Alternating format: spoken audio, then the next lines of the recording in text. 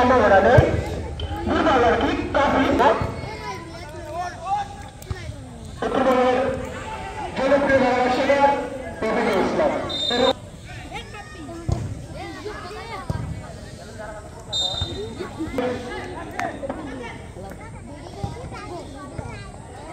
একজনকে shot শাহরুরা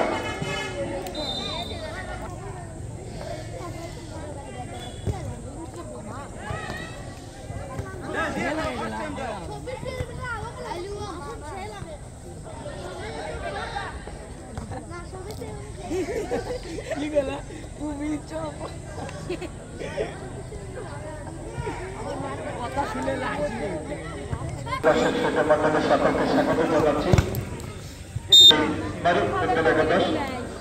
captain গোলরক্ষক জসিম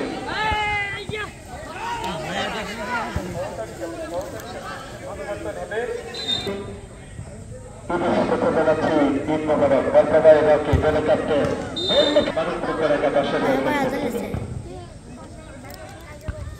চমৎকার হেড করেছেন। প্রাকৃতিক আক্রমণে দর্শক যারা রয়েছেন আমরা সকলকে অভিনন্দন জানাবো। দখলের লড়াই কারাবাস শেষ পর্যন্ত হল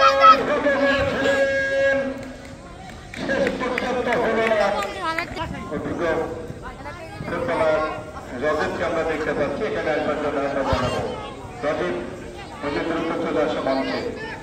রজত মঞ্চে চলে আসো। লম্বা সেন্টার মধ্যমাঠে বল চমৎকার কাফি অভিজ্ঞ খেলোয়াড় কাফি। 5টি দল মাত্র, প্রত্যেকটা দল প্রত্যেক দলের সঙ্গে খেলবেন। আমরা রজতকে আহ্বান জানাবো মঞ্চে আসার জন্য। মধ্যমাঠে দখলের লড়াই জোরালো শট। এদিকে থেকে গোলরক্ষক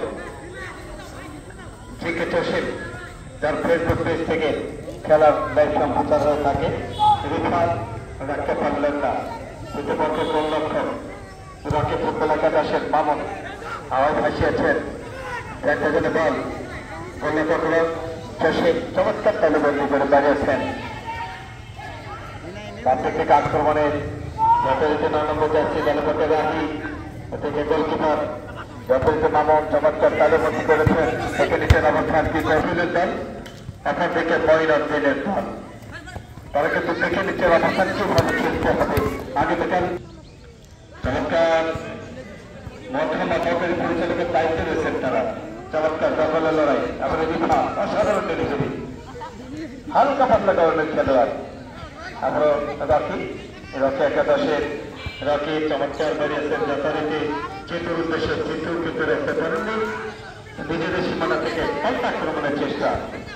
আসলে নষ্ট হল বাঙালি জাতির